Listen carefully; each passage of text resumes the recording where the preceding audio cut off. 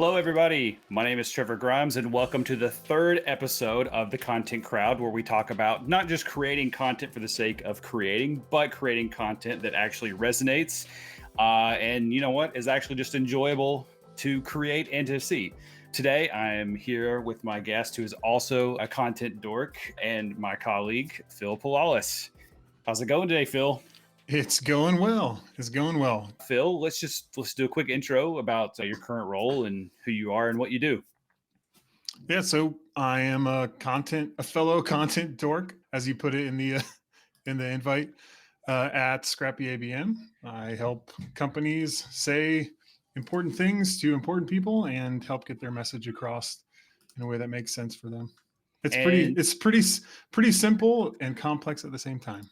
Yeah, I think messaging and content and branding and marketing and all these things can be very simple and can also be incredibly difficult, depending on who you're talking to and how you're creating, which I think is a good segue into my first question, which is asking about a philosophy or a rule you swear by when it comes to creating content or just managing the content creation process. A rule I swear by? I don't know if I swear by any specific rules. I don't know that there's too many rules that, from a content perspective, people should be following as like hard and fast rules, because I think the content world and the way you speak to customers and how you get the message across is like ever changing.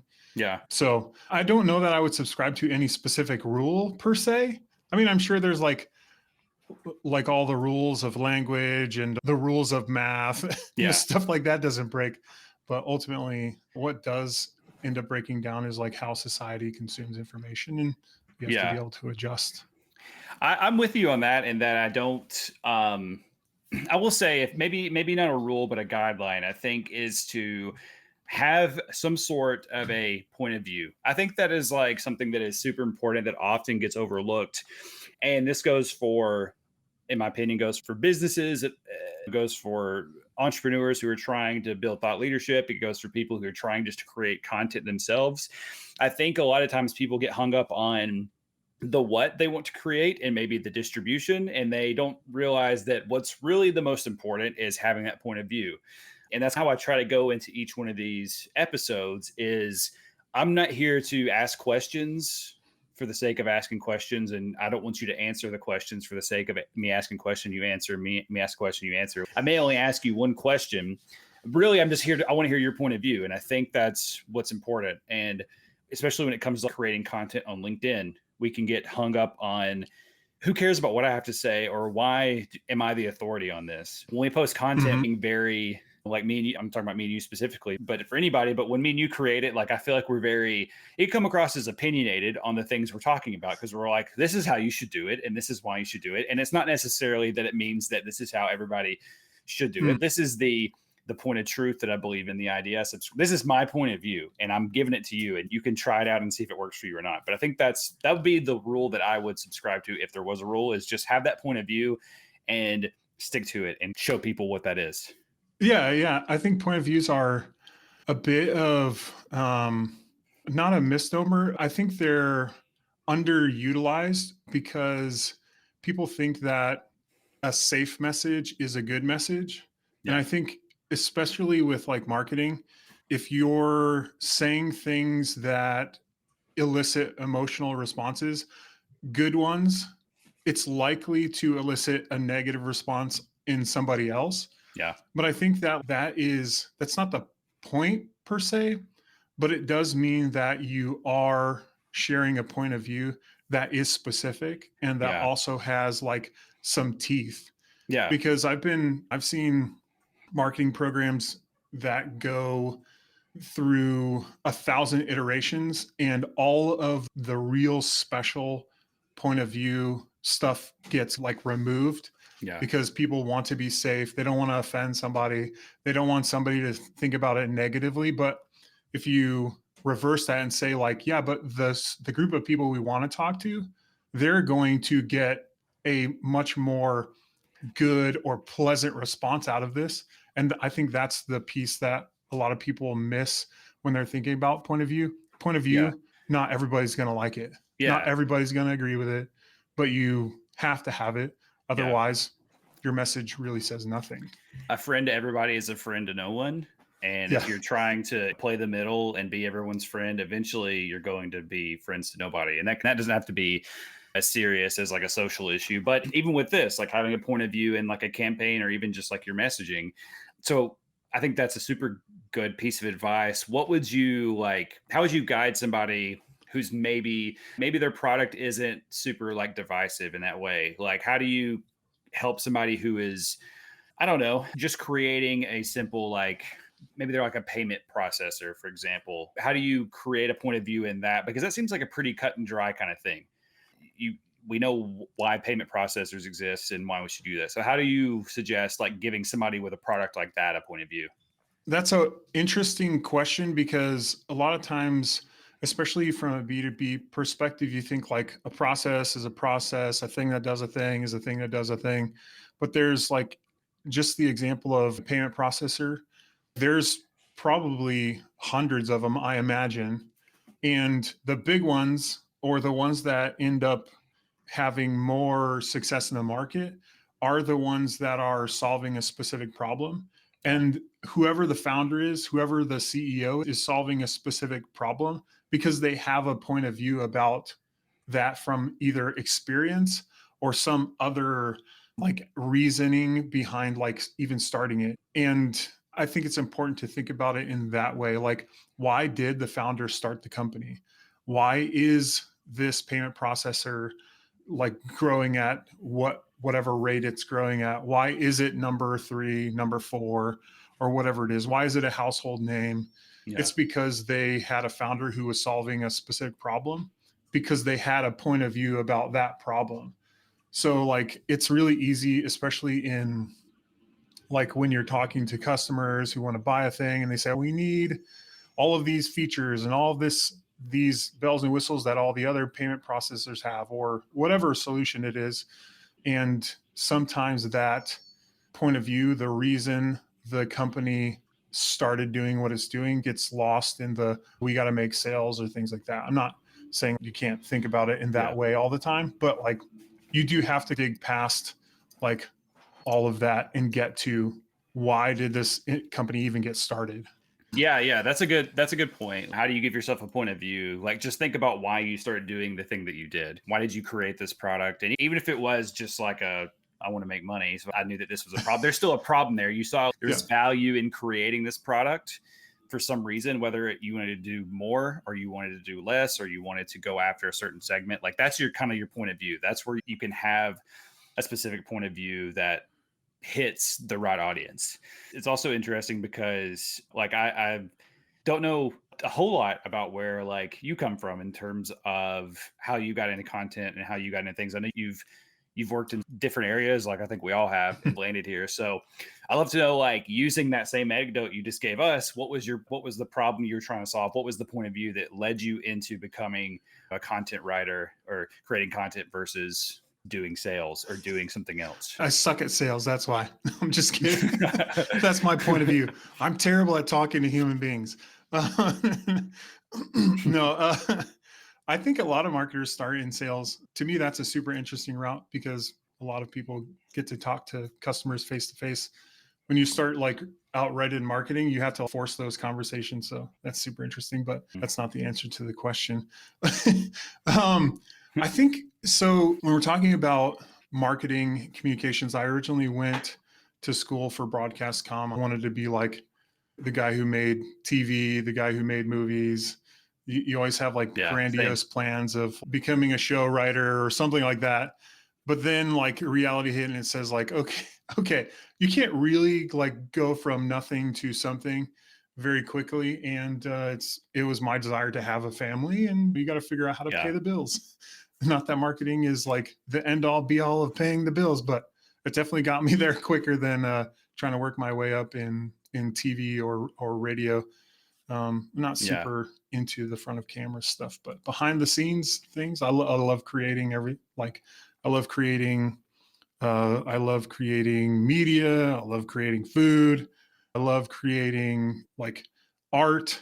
So the creative aspect of Yeah. it is a piece that I'm super interested in, which I've managed teams. I've been head of marketing in quite a few places, but ultimately, like at the end of the day, marketers are creators. And I think that Yeah. gives me specifically a lot of joy, a lot of fulfillment. Just seeing something that might be vague or something that might not quite be communicating what the company or person wants it to communicate, and turning that into something that human beings can grab onto is super interesting to me. That's become like your mantra, right? You're like the brain dump. I'll condense your brain dump into a few words that make Yeah. sense guy, right? Like that's Yeah. sort of been your thing. So that's kind Yeah. of Yeah. Yeah. when you were like thinking out the brain dump aspect of your offer. Is that the process you just walked me through? Is that kind of how you thought about it? Or how did you land on the brain dump thing? The brain dump piece, that is so ultimately like turning a subject matter expert's brain dump or the things they talk about or could talk about all day long into something meaningful for an audience is, I think, an underused aspect of marketing. And I think that's for a couple of reasons. One, it's hard to nail down subject matter experts, especially if they're founders or business leaders, because like you're squeezing 15-minute blocks into their day. So ultimately, it's like, how do I take the person who cares the most about this subject or this company or this industry? How do I take all of the things they could talk about for hours and hours and turn that into something meaningful for an audience? So I think that's like Yeah. that's the piece that is the key, is like, how do you get a CEO, a founder, a sales leader to just talk about something for 45 minutes. And then that turns Yeah. into 7 days of content for them, or a month, even depending on how long Yeah. and how deep the conversation went. What I love about that answer, one, you're giving me like a ton of ideas for content to write after this because I didn't formulate this question or I didn't try to drive this conversation, but I feel like every question I'm asking you comes back to around to being like talking about your point of view. I think that's what you just talked about, condensing that 5 hours of talking about this product to condense it into a point of view that the audience can resonate with and understand and show how much this person deeply cares about solving this problem for them. So I just want to say, I don't know where that came from. It's just like naturally came around that like having a strong point of view seems to be something that is missing a lot of times, and maybe even like when we're talking about like brand voice and brand tone, like maybe that's something that we're kind of missing out on, is not just coming up with am I technical or am I neutral or am I what tense am I using, but also just like what is my point of view in this. Mm-hmm. We get hung up on we want to be more soft spoken or we want to sound more helpful, but like all of that can just not matter as much if you don't have a good point of view. And maybe maybe we call that the bad breath of the brand. That could also be something Brand something else we can halitosis. coin there. Yeah, yeah. So maybe that's it. Maybe the lack of point of view is like the brand halitosis, so to I think speak. that So I like talking through that. I think that's a lot of marketing teams' problem, and even companies as a whole. The marketing leader is not always like at the executive table. Unfortunately, they generally sit under like sales, especially at like medium or larger, medium to large companies. And a lot of times, like that disconnect between the conversations you're having at an executive level about like, why did we even start this thing? Like, why does it matter that we're doing the thing? Can sometimes get lost in like the imaginations of people who don't know that much about the whatever it is you're doing, because there is a certain degree of separation between, if you've created your career around marketing, you're probably not you probably haven't been in a specific industry for that long. I was a head of marketing at a safety company who did like fall protection, stuff like that. I didn't spend 8 years as a salesperson in fall protection, but I was the marketer trying to explain, okay, why does it matter that fall protection is a thing?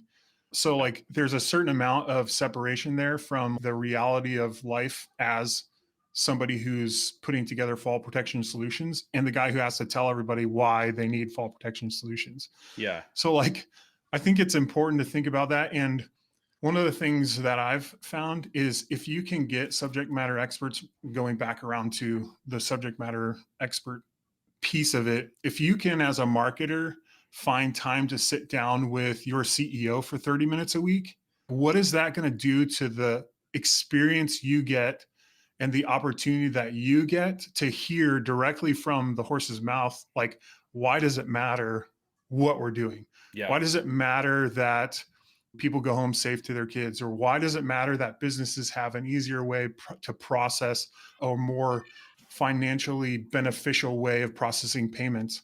So like, to me as a marketer, like being able to get SME butts in seats and have a conversation with them every week, that could be game changing for your marketer as a whole for a company. Yeah, that's a super good point. And also, just a really good piece of advice. I used to work for a company that was employee owned, and I was doing marketing in house. And part of that was to be the head of sort of the employee ownership committee. And that was, I remember that being what you're describing. It was a little bit of a struggle for me in the beginning because I had to really get my head in the idea of, okay, what does being an employee owner like actually mean to me? Like, what do I actually care about? And then how do I communicate that to the team, the rest of the employees? But that's a little bit easier because I know directly how that affects me. So it's a different idea when you are trying to, or not a different idea, but a different hurdle when you're trying to figure out what does it mean for somebody who cares about safety? You know, what are those kind of things? But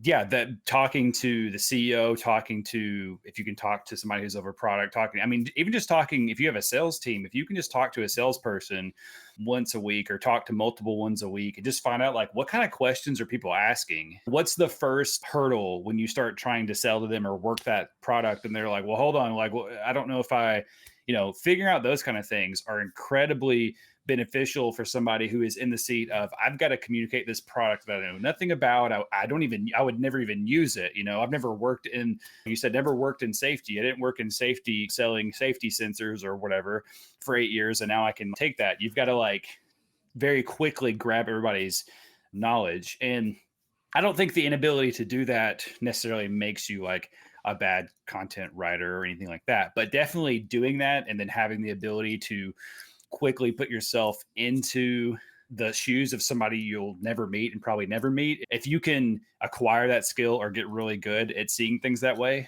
that's a fast pass to being able to communicate that point of view more efficiently.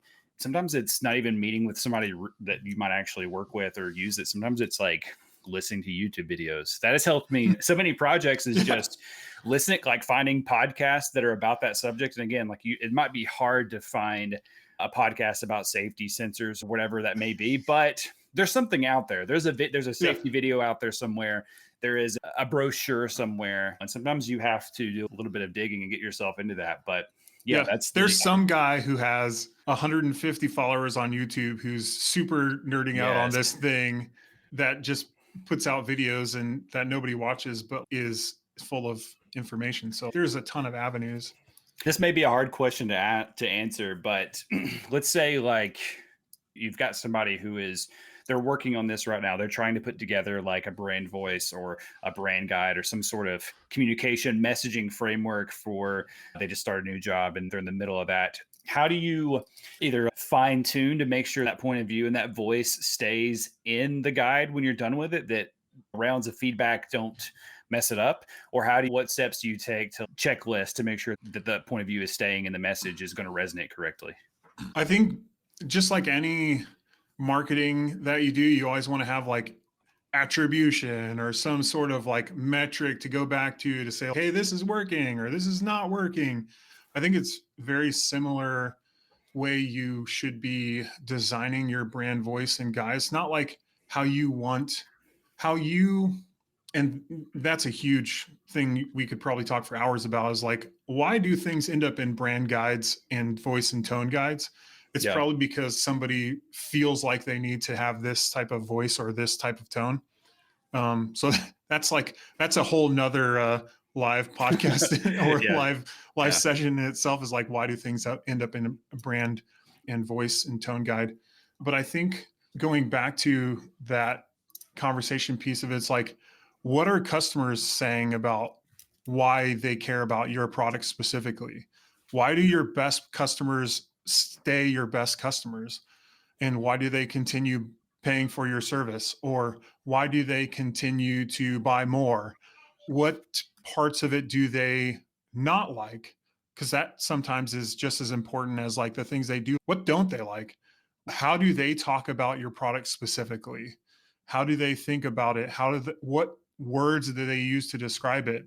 And then bumping that up against what the CEO or what the founder or what the leadership within the organization tells you about like who they are specifically is also going to be an important piece of that, because I think going back to getting subject matter experts to talk publicly about the thing they love and could talk about all the time is like the closer you can get the brand and voice to how customers actually talk about you and the things that you do, how they talk about their own jobs, and matching that up with how the CEO talks about things and how the CEO speaks, you're not going to have a CEO who's very rough around the edges, who might say things that are not exactly like wise sage advisor type things, and then give your company like a sage or a wise sage voice or something like that. Because anytime somebody hears the CEO speak, they're going to be like, that dude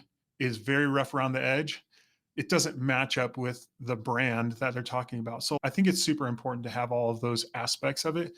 And then as a marketer or as a brand voice and tone guide creator, be able to point back to those things. This is how you talk about it. This is how the customer talks about it. This is how the customer wants to consume information. Like, I think it's important, like, those are the metrics that you need to be able to point back to when you're developing a voice and tone. It's like, you say this, customer says this is how they talk about it. You don't want to like totally divorce the brand and tone and voice and tone of a company from like how actual humans talk about it, because we're not selling to a building, we're selling to Yeah. the people who are in the building. That's a very trite statement, but often overlooked because we imagine our brands and our products to be much more self-important than they actually are. Yeah, I think that's super good. That's a good place to start where you like, does the CEO talk this way about the product? And does the person you're reaching out also talk about this product? When you mentioned like Sage, were you dipping into like what is it called? Like brand archetypes kind of thing? Yeah, like the archetype structure of how you design a brand voice and tone guide. Do So you, I'm not 100% certain on all the different archetypes. okay. Uh, I was going to ask, is that something that you use or something that no, you go back to as like a framework? no, I think those are good and valuable to kind of like put like shared language behind things. Yeah. But I also think that defining in those ways can sometimes trap you into things that you don't necessarily want.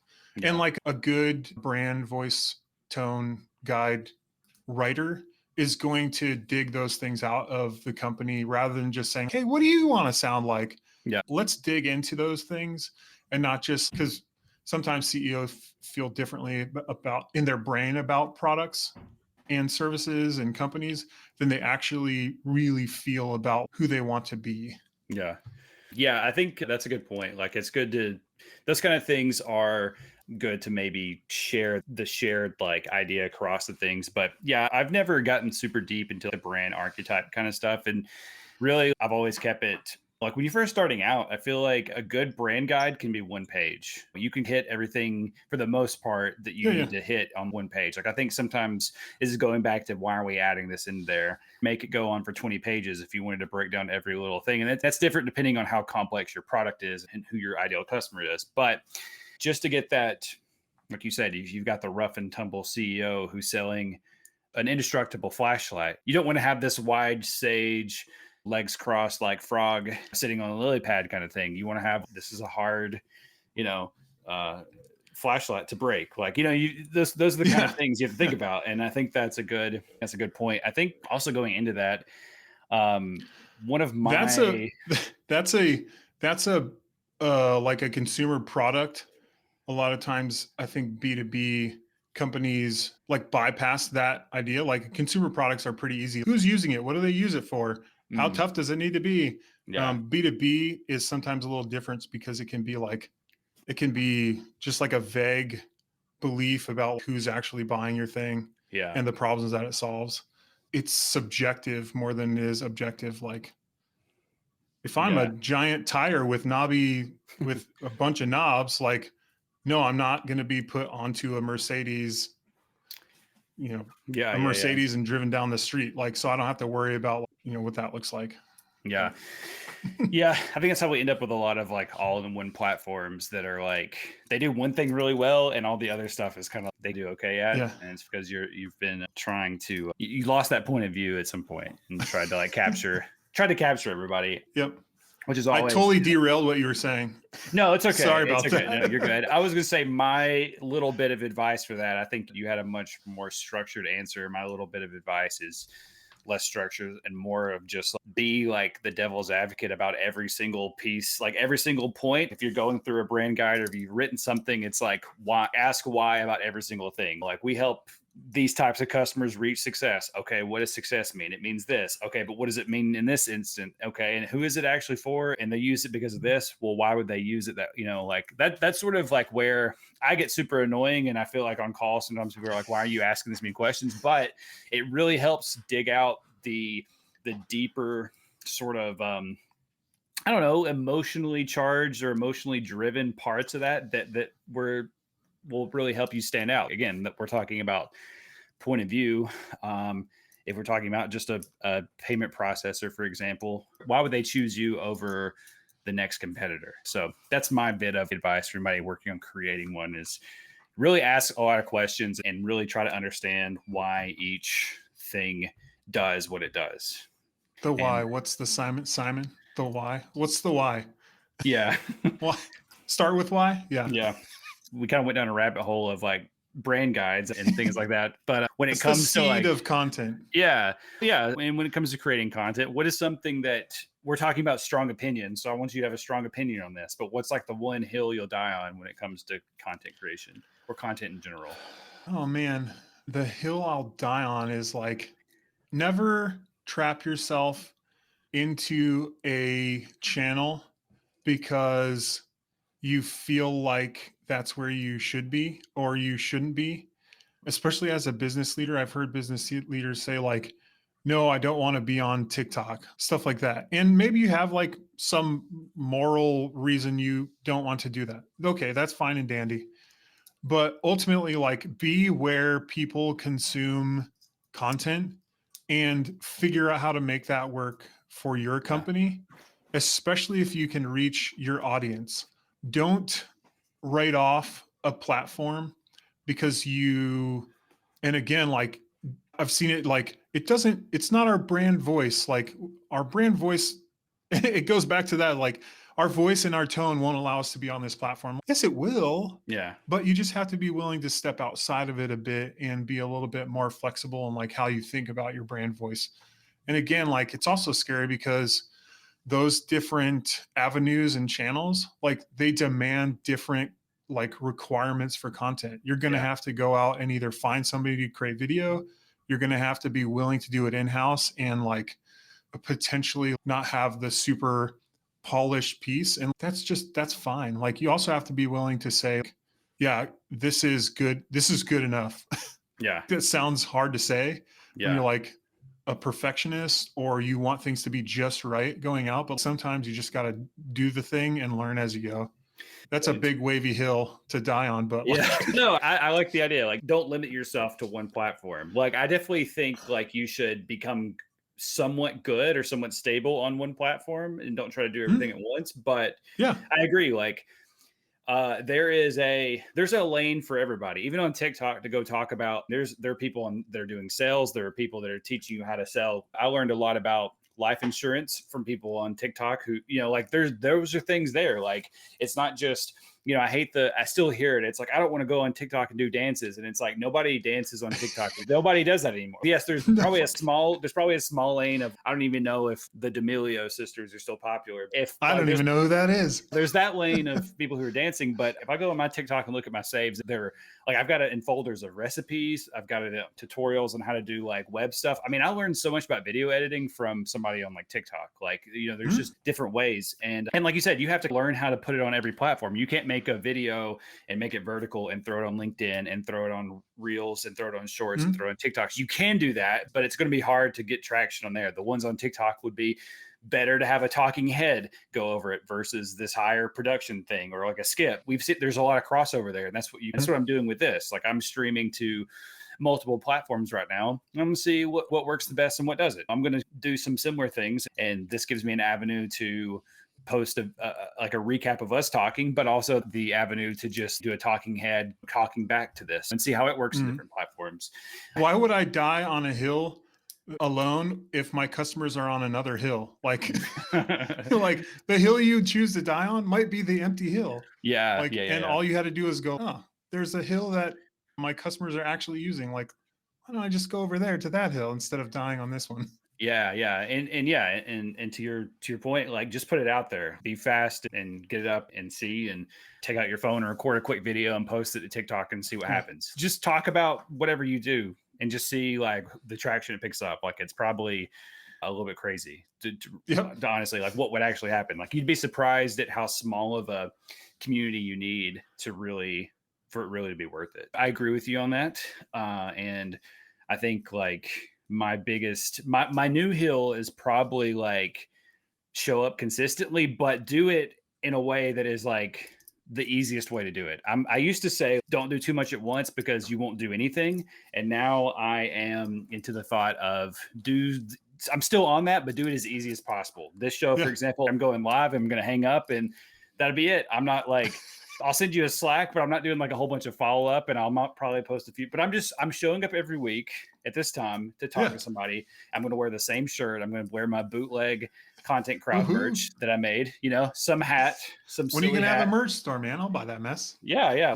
I made this myself. When I get somebody that can make it look nicer than I did, I will throw up a story. So that's another avenue we'll go down. But even without all that, and I'm streaming to multiple platforms because I want to try it out. But honestly, like, I don't have to stream anywhere else except here, and just do this and hang up the call and go about my day. And next week, do it again. And at least people will know that every week on Thursday, like, Trevor's coming here to talk to somebody that's more interesting and more talented than him. I want to see who he brings on next week. That is impossible. To be more interesting. Yeah. More talented? I thought you were saying more interesting. I don't know. Oh, just more interesting. Yeah, not more talented, pretty easy. More interesting, I don't know. You're kind of weird. So but anyway, thank you so much for being here, Phil. We started a little bit late, so I'm cutting you off a little early because I want to make sure I know you got a meeting coming up. We work together. I know what your calendar looks like. So, just peek in there. Yeah, I do appreciate you taking the time to do this, and I would love to have you on again, and we can dive deeper into some brand halitosis. I know you're 100%. Also streaming to your LinkedIn, but for my people, just let people know to come find you on LinkedIn. You got anywhere else that you want people to know about? I've almost all but abandoned every other platform but LinkedIn. Just from a personal perspective. You just said not to die on one hill. That's my hill. All right. Maybe my audience isn't there, but yeah, that's all right. Thank you so much for being here, Phil, and thank everybody else for watching. And we'll see you next week for the next episode of the Content Crowd.